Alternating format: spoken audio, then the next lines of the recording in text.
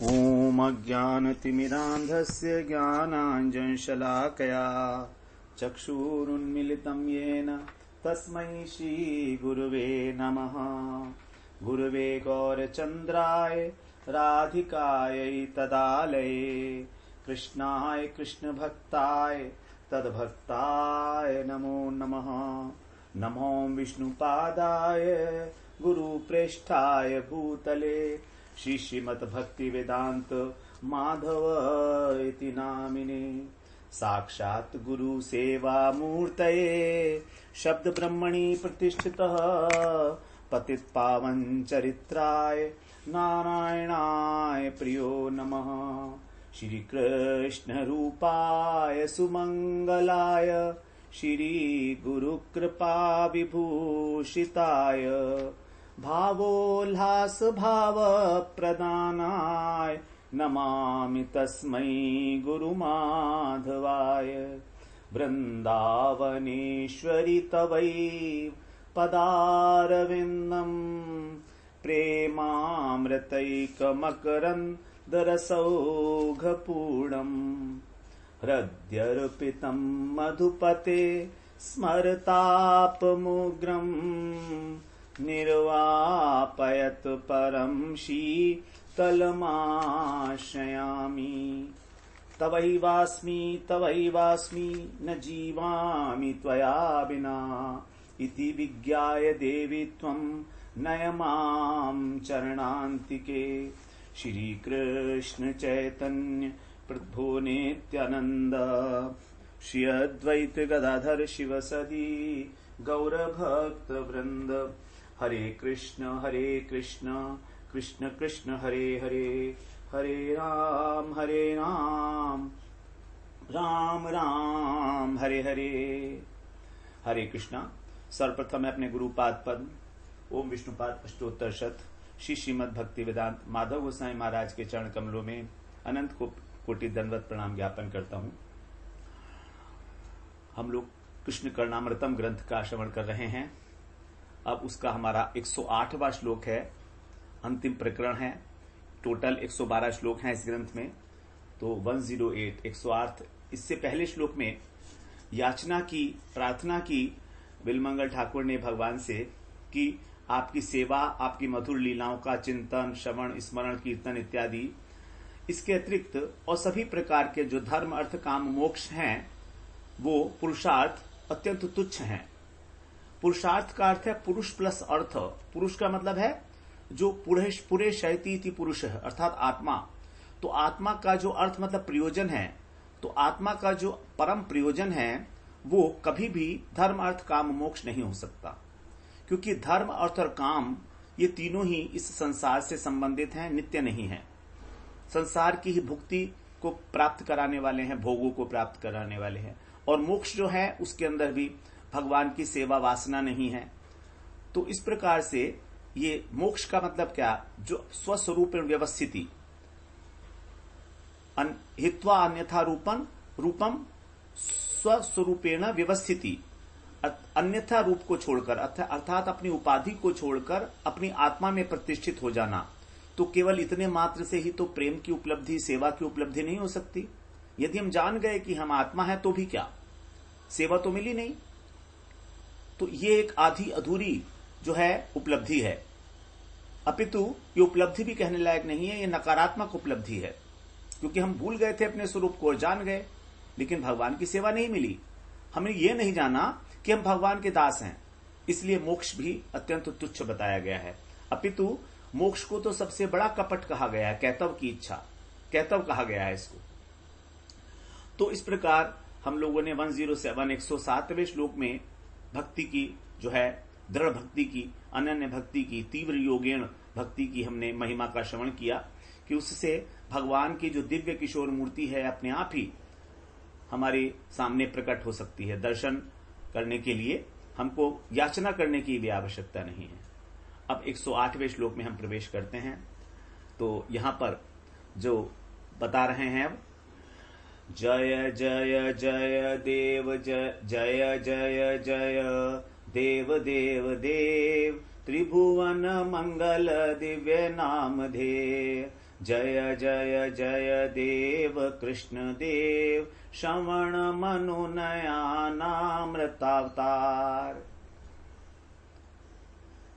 इसका पद्यानुवाद इस प्रकार से है। हे देव आप तीनों लोकों के मंगलकारी हैं, हे देव आपके दिव्य नाम की हम बलिहारी हैं।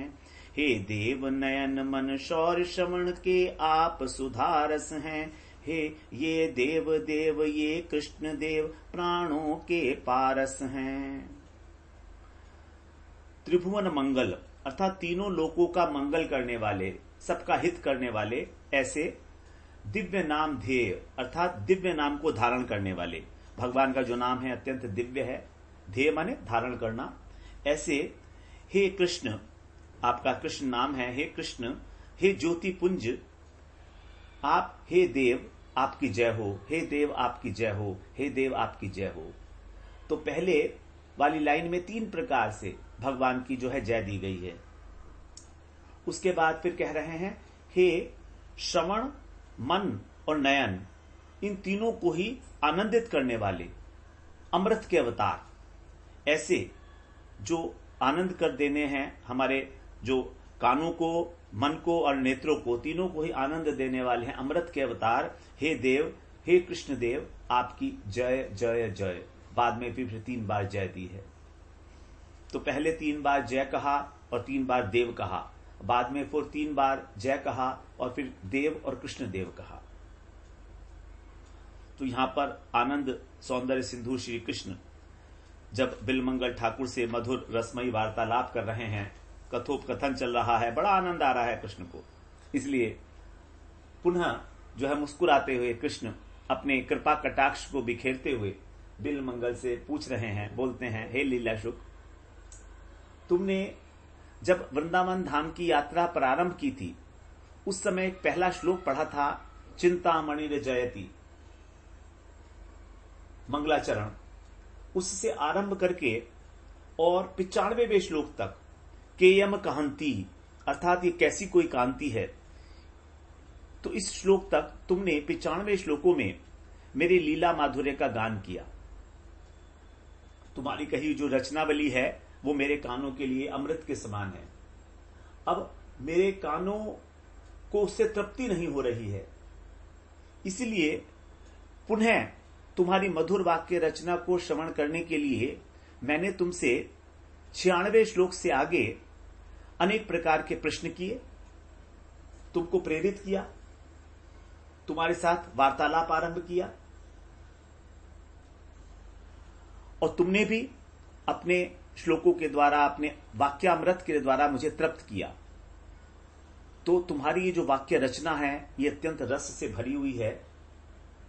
तुम मेरे माधुर्य का वर्णन करना यथार्थ रूप से जानते हो। मेरे कानों को तुमने, कानों के द्वारा मेरे हृदय को तुमने रस सिंधु से भर दिया, कृष्ण कह रहे हैं। इसलिए तुम्हारी ये रचना कर्णामृत के नाम से प्रसिद्ध होगी। इस प्रकार जब कृष्ण के अत्यंत स्नेहपूर्ण मधुर वाक्यों का श्रवण किया बिलमंगल ठाकुर ने, तो उनका जो हृदय था वो अत्यंत आनंद से, उल्लास से भर गया और वे आनंद के सागर में गोता लगाने लगे। कृष्ण का और गोता लगाते इतने उन्मत्त हो गए कि कृष्ण के उन परम माधुर्य में अनंत लीलाओं का, उनके गुणों के उत्कर्ष का जय जयगान करने लगे। तो यहां पर प्रगाढ़ भक्ति के सहित कृष्ण का परमोत्कृष्ट गान किया जा रहा है। कह रहे हैं इसीलिए, जय कृष्ण कर्णामृत अवतारा, जय कृष्ण मनोमृत अवतारा, जय कृष्ण नैनामृत अवतारा, जय देव जय देव जय जय देव। इस जयगान के साथ ही उन्होंने कृष्ण के नाम की, कृष्ण के रूप की, गुण की और लीलाओं की सर्वोत्कृष्टता की घोषणा कर दी है। हे देव जय हो आपकी, हे देव जय हो, हे देव जय हो। अत्यंत आदर और आनंद के उल्लास में बार बार जय जय शब्द का प्रयोग किया जा रहा है। जय शब्द का अर्थ होता है सर्वोत्कृष्ट रूप से जो विराजमान है, ऐसे श्री कृष्ण। वे स्वयं भगवान है। कृष्णस्तु भगवान स्वयं। समस्त भगवत स्वरूप जो है उनके कोई अंश है, कोई उनकी कला है, लेकिन कृष्ण जो है वो कृष्णस्तु केवल स्वयं कृष्ण भगवान है। कृष्ण एव परो देवस्तम ध्यायेत तम रसेत मत्तः परतरम नान्यत किंचित अस्ति धनंजय है। भगवान ने गीता में कहा कि मुझसे श्रेष्ठ कोई नहीं है हे धनंजय। ईश्वर है, परमा कृष्ण है, सच्चिदानंद विग्रह, अनादिरादि गोविंदम सर्व कारण कारणम। अनादिरादि गोविंद सर्व कारण कारणम ब्रह्म संहिता में आया है। तो कृष्ण ही वास्तव में सर्वोपरि मूल तत्व है। नारद ऋषि ने कहा है गूढ़ परम ब्रह्म मनुष्य लिंगम। आपकी जो मनुष्य रूप में लीलाएं हैं अत्यंत रहस्यमयी हैं। नराकृति रूप में स्वयं कृष्ण अत्यंत निगूढ़ तत्व हैं। और श्रुति कहती है दूसरी ओर रसात्मक दृष्टि से रसो वै सह रसम ये वायम लब्धवानंदी भवती। रस जो है भगवान का ही स्वरूप है, चिन्मय रस। तो रस भगवान का स्वरूप होने पर भी सभी अवतारों में सभी प्रकार के रस जो है नहीं देखने में आते। केवल कृष्ण ही अखिल रसामृत मूर्ति है, क्योंकि इनमें ही 5 मुख्य और 7 गौण रस 12 प्रकार के रसों का सम्यक रूप से कृष्ण ने आस्वादन किया है। अन्य जो भगवत स्वरूप है उसमें कुछ रस दिखाई देते हैं, कुछ नहीं देते हैं। यहां तक कि कृष्ण की ही जो मथुरा द्वारका की लीलाएं हैं उनमें सब गुणों का विकास नहीं है। तो इस प्रकार से श्री कृष्ण का जो माधुर्य है, जो माधुर्य सिंधु है, वो ब्रज में ही सब प्रकार से सर्वोत्कृष्ट रूप से प्रकाशित हुआ है। और उनकी जो 4 माधुरी हैं, विशेष माधुरियां, रूप माधुरी, वेणु माधुरी, लीला माधुरी और प्रेम माधुरी। जहां पर ऐश्वर्य ज्ञान की गंध भी नहीं है, ऐसे ही राज्य में प्रेम की शुद्ध प्रेम से ही इस माधुर्य का आस्वादन हो सकता है। और ये आस्वादन केवल वृंदावन में ही संभव है। यहां के जो रसिक हैं, जो प्रेमी भक्त हैं भगवान के, वो प्रेम की ही मूर्तियां हैं साक्षात। और ब्रज के जो लीला परिकर हैं वो तो साक्षात प्रेम का ही अवतार है, प्रेम ही है। तो उन्हीं के अनुगत्य में इस माधुर्य का आस्वादन किया जा सकता है। जो महापुरुष हैं जैसे विद्यापति, चंडीदास, जयदेव, बिलमंगल ठाकुर और वैष्णव जो गौड़ीय वैष्णवाचार्य हैं, अन्य वैष्णवाचार्य हैं, उन्होंने भी इस रस का आस्वादन किया है। बिलमंगल ठाकुर स्वयं इसकी जो है ज्वलंत उदाहरण है। ये कृष्ण कर्णामृत ग्रंथ, इसके अंदर जो है सब प्रकार से उत्कृष्ट रूप से जो कृष्ण के कानों को भी आनंद देने वाला ग्रंथ है, ऐसा ग्रंथ। तो इसलिए अब उनके उत्कृष्ट का, जो कृष्ण के स्वरूप का जो उत्कृष्ट है वो बताया जा रहा है कि कैसे हैं कृष्ण। त्रिभुवन सुंदर, त्रिभुवन को भी आनंद देने वाले हैं भगवान। त्रिभुवन मंगल, त्रिभुवन को भी प्रकाशित करने वाले।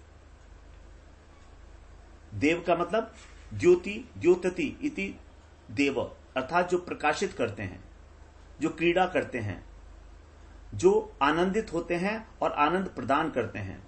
मोदति और मादयति, स्वयं अपनी क्रीड़ा से प्रमोद को प्राप्त करते हैं और त्रिभुवन को आनंदित करने वाले हैं। ऐसे श्री कृष्ण वो है त्रिभुवन मंगल।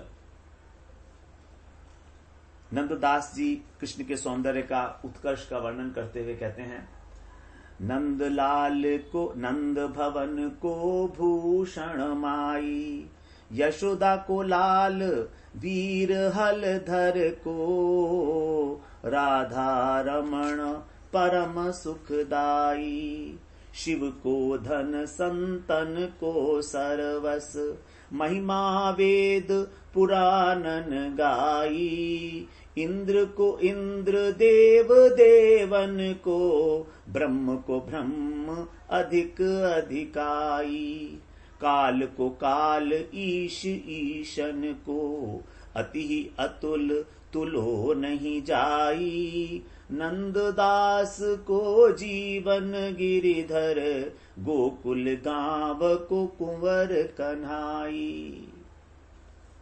शिव का धन है, संतों का सर्वस्व है, इंद्र के भी जो इंद्र हैं, सभी देवताओं के जो देव हैं, ऐसे काल के भी काल, उनकी तुलना ही कहीं नहीं है। हरिराम व्यास जी भी यही बात कहते हैं कि सर्वोपरि ठाकुर तो केवल यही हैं। राधा बल्लभ मेरो प्यारो, सर्वोपरि सब ही को ठाकुर, सब सुख दानी हमारो। श्याम कमल दल लोचन मोचन, दुख नैननी को तारो। अवतारी सब अवतारन को, महतारी महतारो।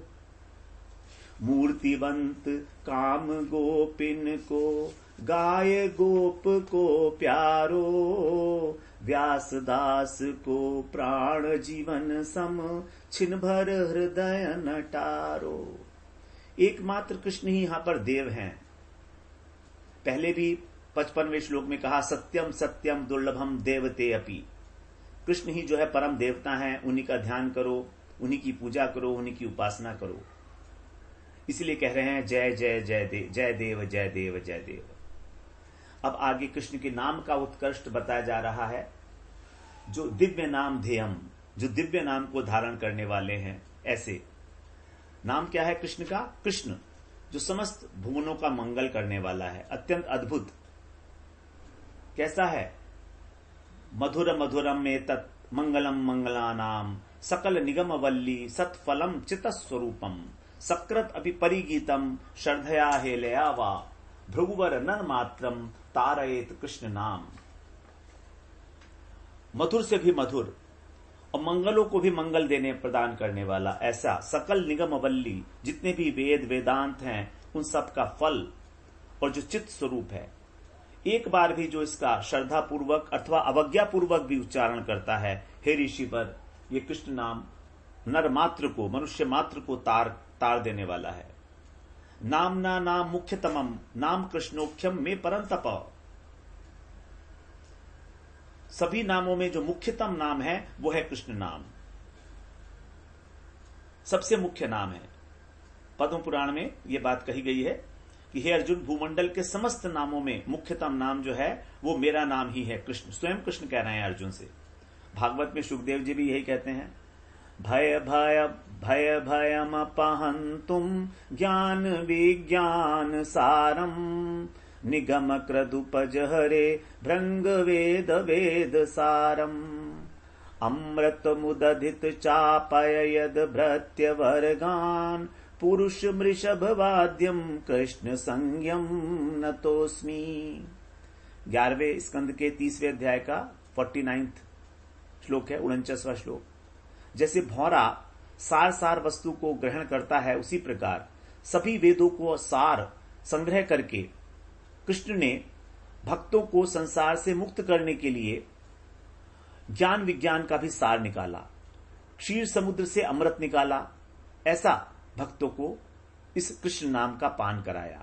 ऐसे पुरुषोत्तम जो आदि पुरुष हैं, उनको मैं नमस्कार करता हूं। ब्रह्मांड पुराण में कहा है, सहस्त्र नाम नाम पुण्या नाम त्रिवृत्यास्तु यत्फलम, एकावृत्या तु कृष्णस्य नामेकम तत्प्रच्छति। अर्थात 3 बार जो विष्णु सहस्त्र नाम का पाठ करता है, उससे जो फल प्राप्त होता है, वो फल केवल एक बार कृष्ण के उच्चारण मात्र से प्राप्त हो जाता है। कृष्ण का अर्थ क्या है? कृषिर भूवाचक शब्दो णयशानंद स्वरूप कह, तयोरैक्यम परम ब्रह्म कृष्ण इति अभिधीयते। कृष्ण जो है वो सत्ता का वाचक है, जो सत वस्तु है, और उसका अर्थ आकर्षण भी है, और ना का अर्थ है आनंद, अर्थात जो आकर्षण करता है और आनंद प्रदान करता है। ऐसा सच्चिदानंद स्वरूप, सत्ता सहित, सत्ता भी है, आकर्षण भी है और आनंद भी है। तो इस प्रकार से कृष्ण नाम का जो मुख्य अर्थ है वो ब्रजेंद्र नंदन श्याम सुंदर ही है। यशोदा नंदन श्याम सुंदर, ब्रजेंद्र नंदन श्याम सुंदर।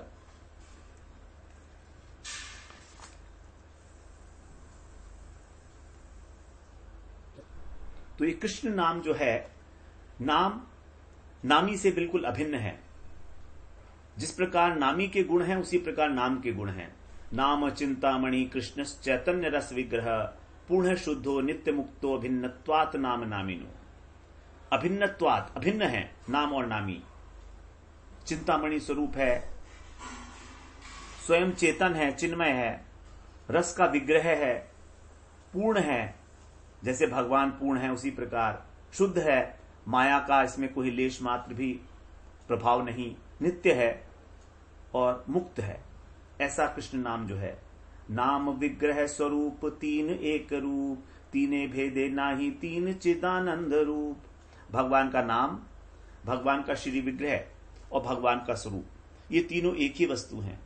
कृष्ण नाम कृष्ण गुण कृष्ण लीला वृंद, कृष्ण स्वरूप है सब चिदानंद।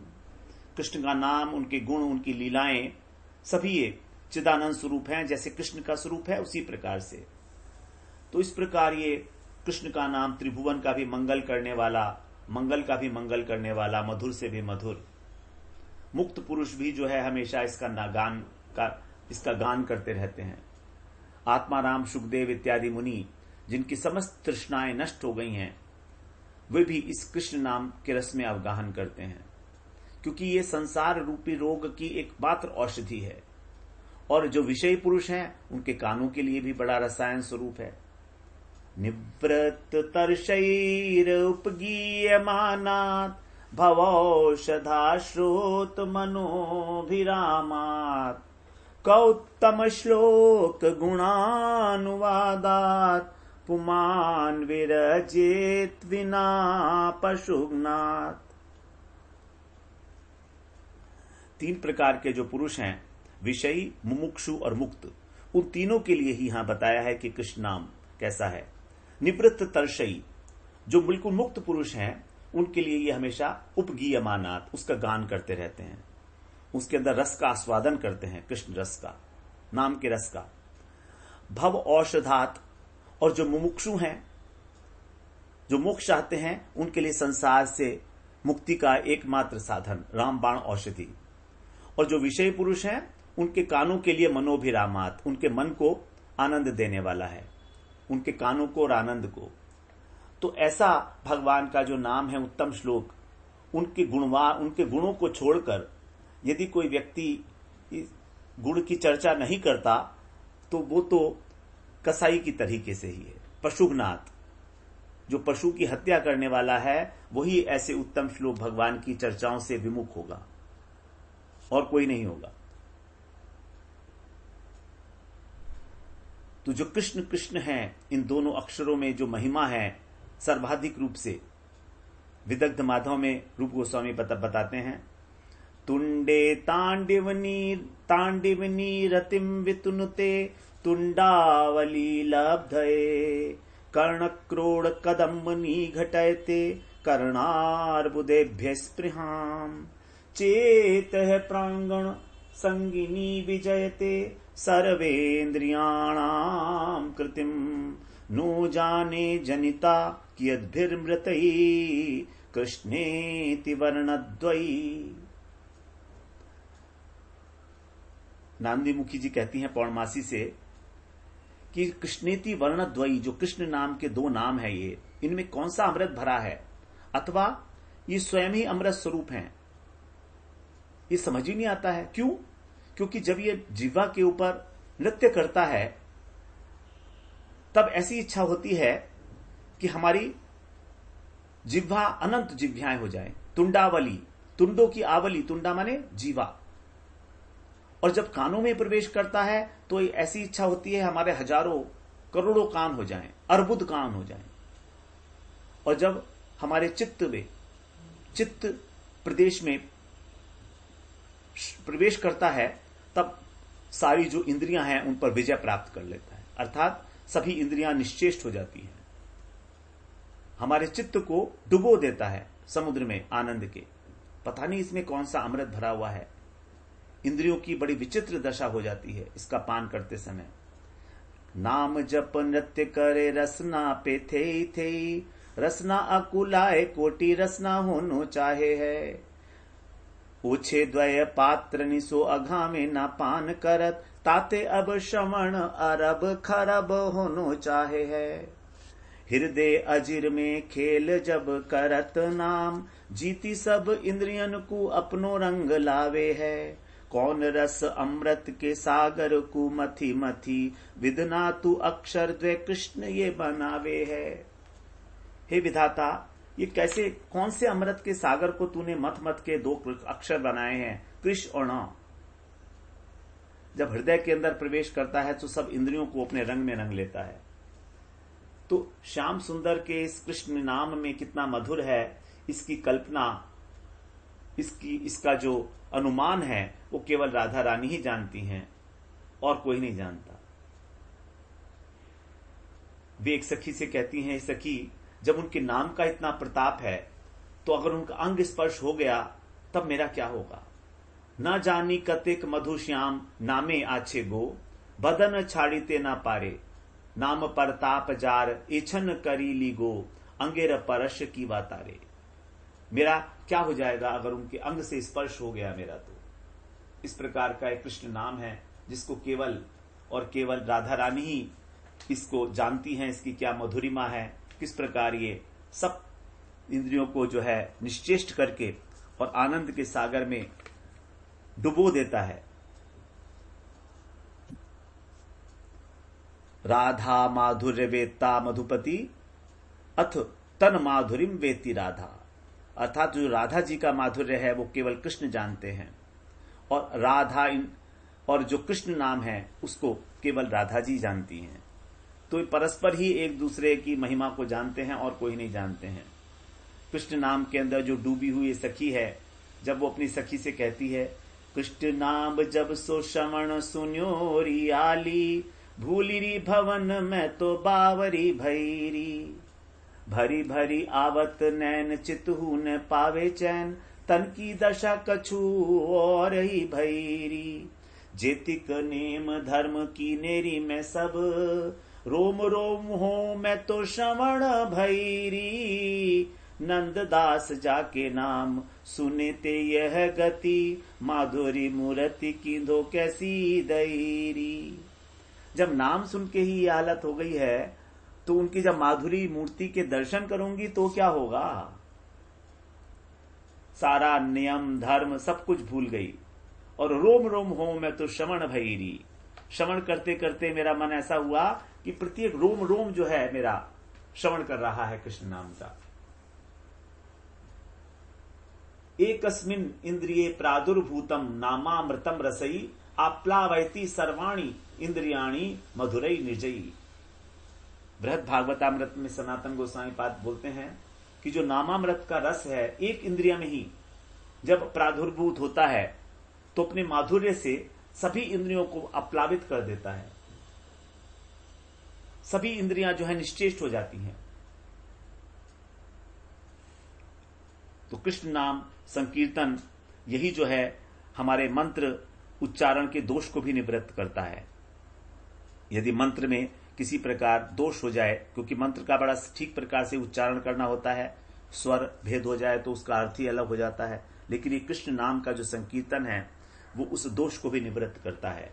तो मंत्र शुद्धि करने के लिए देश काल की अशुद्धि इन सब का मार्जन करता है और हमारी जितनी भी अनुष्ठान है, क्रियाएं हैं, उन सबको मंगलमय मनाता है। जैसे मंत्र तस्तंत्र ततश्छिद्रम देश कालाह वस्तुतः सर्वं करोति निश्छद्रम नाम संकीर्तनम हरे। भगवान के नाम का कीर्तन जो है हमारे मंत्र को, जो छिद्र युक्त मंत्र है, दोष युक्त है, देश काल इन सब के अंदर जो अशुद्धि है उस सब को निर्दोष कर देता है, निश्चिद्रम। तो ऐसा मंगलदायिनी भगवान की पुराणों कथाओं को भी मंगल बनाने वाला श्री कृष्ण नाम, जहां पर वेद रामायण भागवत इत्यादि पुराणों में सभी जगह पर केवल कृष्ण के नाम की ही कीर्तन किया गया है। हर जगह प्रत्येक शास्त्र के अंदर प्रारंभ में, बीच में और आदि में सब जगह जो है कृष्ण के ही नाम का वर्णन है। वेदे रामायणे चैव पुराणे भारते तथा आदवन्ते च मध्ये च हरि सर्वत्र गीयते। हरिवंश पुराण में कहा है कि चाहे वेद हो, रामायण हो, पुराण हो, महाभारत हो, उसके प्रारंभ में, मध्य में और अंत में सब जगह भगवान का ही गान किया गया है, नाम का। तो जो वस्तु प्रतिपाद्य विषय होती है किसी ग्रंथ की, वो पहले भी उसका गान होता है, बीच में भी और अंत में भी। श्रीमद् भागवत पुराण में नाम से ही आरंभ हुआ, अंत भी नाम संकीर्तन से ही हुआ, और बीच में अजामेल उपाख्यान छठे स्कंद में उसमें नाम की ही महिमा बताई गई। नमामि हरि परम लास्ट में भागवत के अंदर उसी नाम संकीर्तनम यस्य सर्व पाप प्रणाशनम प्रणामो दुख शमनस्तम नमामि हरिम परम, और आरंभ हुआ सत्यम परम धीमहि। तो भगवान के नाम से ही आरंभ होकर भगवान के नाम पर ही जो है शेष हुआ श्रीमद् भागवत पुराण। और मध्य में छठे स्कंद में तो हम जानते ही हैं, नाम की महिमा विशेष रूप से प्रतिपादित की गई है। तो हरिनाम के अतिरिक्त और कुछ है ही नहीं वास्तव में। जहां हरिनाम है वहीं पर ही वही तीर्थ है, वही पुराण है, वही ग्रंथ है। और यही नाम नामी की भांति सर्व तीर्थमय है, सर्व देवमय, सर्व वेदमय है, सर्व धर्ममय है। इसलिए त्रिलोकी का भी मंगल करने वाला है, जगत के पाप ताप का शमन करने वाला है, क्योंकि धर्म के मूल में भगवान विराजमान है। भागवत में कहा गया है, धर्म मूलम ही भगवान सर्वदेवमयो हरि स्मृतम च तद्विदाम राजन येन चात्मा प्रसीदति। धर्म के मूल में भगवान है, सर्वदेवमयो हरि, भगवान के अंदर ही सभी देवताओं का निवास है। इसलिए भगवान के नाम का स्मरण करना, इसी से हमारी आत्मा को प्रसन्नता प्राप्त होती है। तो ऐसे त्रिभुवन मंगल दिव्य नामधारी श्री कृष्ण देव, उनकी कह रहे हैं आपकी जय हो, आपकी जय हो। फिर भगवान की लीलाओं का उत्कर्ष बता रहे हैं। तो तीन प्रकार से भगवान के स्वरूप का उत्कर्ष नंबर 1, भगवान के नाम का उत्कर्ष और भगवान की लीलाओं का उत्कर्ष। इसी प्रकार जो 3 बार यहां पर जय जय जय कहा गया, कर्णामृत अवतारा, मनोअमृत अवतारा, नैनामृत अवतारा, त्रिभुवन मंगल, भगवान का नाम, दिव्य नाम और मनो नयन का अवतार। श्रवण, मन और नयन तीनों को ही जो है सुख देने वाला, ऐसा जो श्रवण मनो नयना अमृतावतारा सबके लिए अमृत स्वरूप है। अर्थात इसका पान करने से तृप्ति नहीं होती। जैसे अमृत का कितना ही पान किया जाए, कभी उससे मन नहीं भरेगा और ना ही अमृत कभी खत्म होगा। लेकिन ये अमृत स्वर्ग का अमृत नहीं है, ये लीला अमृत है। स्वर्ग का अमृत जो है उससे तो इंद्रियों के अंदर भोगों को भोगने की शक्ति आती है, लेकिन इसमें इसका पान करने से भोग की इच्छा ही नष्ट हो जाती है। तीनों प्रकार के ताप शांत हो जाते हैं, अनिर्वचनीय आनंद की प्राप्ति होती है, तृप्ति की आनंद होती है। तो स्वर्ग का अमृत तो वास्तव में मृत्यु को देने वाला है, लेकिन जो कृष्ण का नामामृत है ये हमें सदा सदा के लिए अमर पद पर अभिषिक्त कर देता है, कृष्ण की लीलाओं में प्रवेश करा देता है। हरे कृष्ण महामंत्र ही वास्तव में प्रेम को दान करने वाला है। तो कृष्ण लीला आत्माराम मुनि लोगों को भी अत्यंत आनंद करने वाली है। मुमुक्षु लोगों के लिए भव और रोग की औषधि है, और विषयों के लिए श्रोत मनोभिरामात हम लोग श्रवण कर आए हैं। तो 3 प्रकार के मनुष्य होते हैं, एक तो विषयी, एक मुमुक्षु और एक मुक्त। तो तीनों को ही आनंदित देने वाला ऐसा भगवान का नाम है। इसीलिए यहां पर 3 बार जो है सर्वोत्कृष्ट दिखाया गया, भगवान के स्वरूप का सर्वोत्कृष्ट, भगवान के नाम का और भगवान की लीलाओं का। इसी से सारा ब्रह्मांड जो है आकर्षण होता है, आकर्षित होता है। इसलिए आपकी जय हो, आपकी जय हो। आपका जो नाम है वो अमृत का अवतार है। भगवान 3 प्रकार से अवतार लेते हैं, नहीं 2 प्रकार से कलयुग के अंदर। एक तो उनका श्री विग्रह और एक नाम। भगवान का एक तो अपना स्वरूप हो गया जो चिन्मय धाम में अवस्थित है, लेकिन इस प्रपंच में भगवान जो श्री विग्रह है भगवान का मंदिरों के अंदर, जहां पर भगवान की सेवा पूजा होती है उस रूप में, और भगवान नाम के रूप में अवतरित होते हैं, जो कि सर्वसाधारण के लिए बड़ा सुलभ है, कलयुग के जीवों के लिए। तो ऐसा भगवान का जो नाम है वो अत्यंत पूजनीय है। उसकी जय हो, उसकी जय हो। हे देव देव देव। तो यहां पर जो देव देव देव 3 बार कहा, उसका अर्थ एक बार बताते हैं कि पहला जो देव है वो है मर्त्य, जो स्वर्ग लोक के देवता हैं। उनके भी जो देवता हैं वो कौन है? उनके भी जो पूज्य हैं वो है कृष्ण के पार्षद। तो दूसरा देव, और जो उनके भी देवता हैं अर्थात कृष्ण पार्षदों के भी जो देव हैं वो हैं श्री कृष्ण। तो देव देव देव, पहले स्वर्गलोक के देवता, उनके पूजनीय देवता हैं कृष्ण के पार्षद, और कृष्ण के जो पार्षद हैं, परिकर हैं, उनके भी जो देवता हैं वो हैं श्री कृष्ण।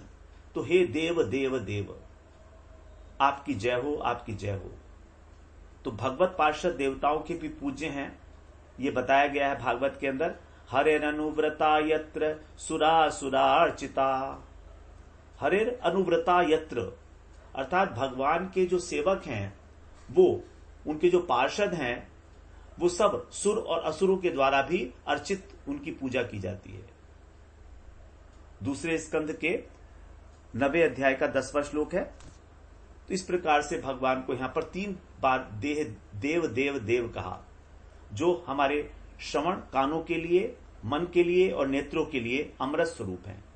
अर्थात प्रत्येक इंद्रिय के लिए एक अपूर्व आनंद का आस्वादन कराने वाले हैं ऐसे भगवान।